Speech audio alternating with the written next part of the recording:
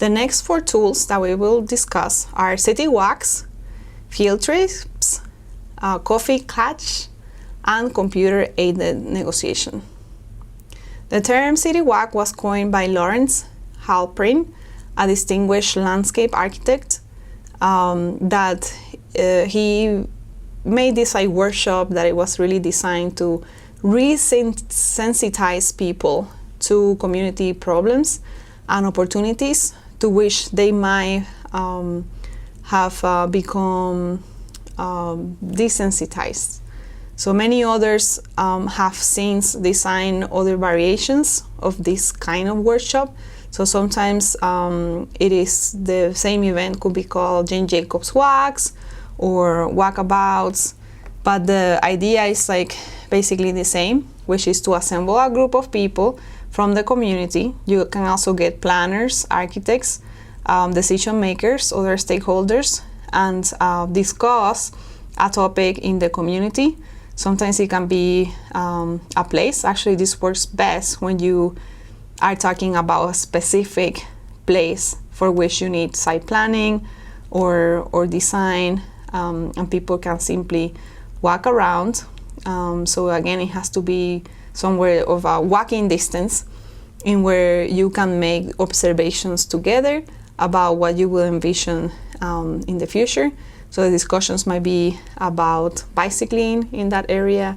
It might be about adding tree shades or adding benches or all of those things together if you're talking about a transit corridor or a business corridor. So it works best when you are looking at particular implementation projects. So you will watch a video, and this video is specifically on the Jane Jacobs walks.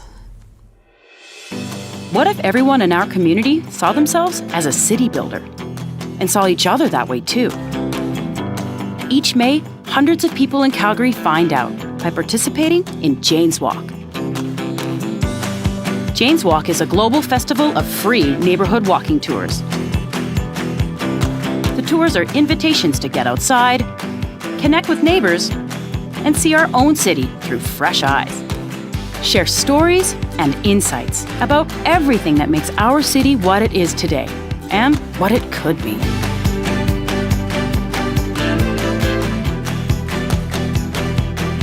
Who was Jane? Jane Jacobs was a writer, urbanist, and activist who championed the voices of everyday people in neighborhood planning and city building. Help build our city by taking or leading a walk. To volunteer with Jane's Walk, contact Calgary Foundation.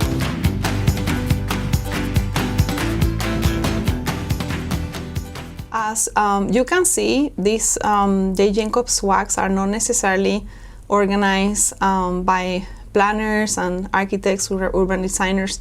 They could be organized by anyone. A citizen can put together these Jane Jacobs walks, and actually the non-profit organization, they had a branch here in the University of Utah. Particularly, there was a professor, Stephen Goldsmith, that he was very active in having a center that actually sponsor the Jane Jacobs walks, and all our students and faculty or alumni will organize these walks. But there's the Jane Jacobs walks are done in May, so it's more of a festival that happens in the month of May, and you can go to the websites like janejacobswalk.org and sign up the walk that you want to do, and obviously with the topic that you want to discuss. And in the website, this is promoted, and they have also social media in where they promote the Jane Jacobs walk. So I really encourage you to do this next May. In the previous lectures, we discussed field trips. So in the Concord Narrow Open Station, one of the strategies that was used, it was take a bus and do a tour of the Concord Narrow Open Station, which was usually close to the public. that particular site. So it was like open to the public, and it was a fun activity so people can get the perspective actually of how massive the Concord Development Station is, and already all the benefits that it could bring to the city. But like the last class, we also talked about the field trips that are always done when you have the planning commission. And again, this is an opportunity for the commissioners to ask questions about that particular site, because there's things that you don't get in photographs. You might be looking at a fence and you don't get the perspective of how big is this like fence, maybe like the setback that is being sought, it looks like pretty different. So just again, going to the site is very important to be able to actually get a sense of the drawings themselves and the pictures, and what is the situation or case that you will be looking at. Next is like Coffee Klatch, which is a small informal discussion of a group of people. These are done in a private home, so you just invite people over coffee with light refreshments, and you will do this in different topics. It has been like very popular, mostly among politicians that want to discuss their platforms. And the way that it's done is that the people in the community will organize it. Like if you're a friend, or you might have someone from a campaign saying, hey, would you like to host a Coffee Klatch?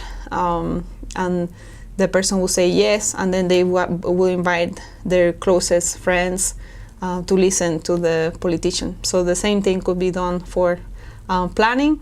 And there was a very nice example in the book about like how a project like this like turned out. It was very, very effective.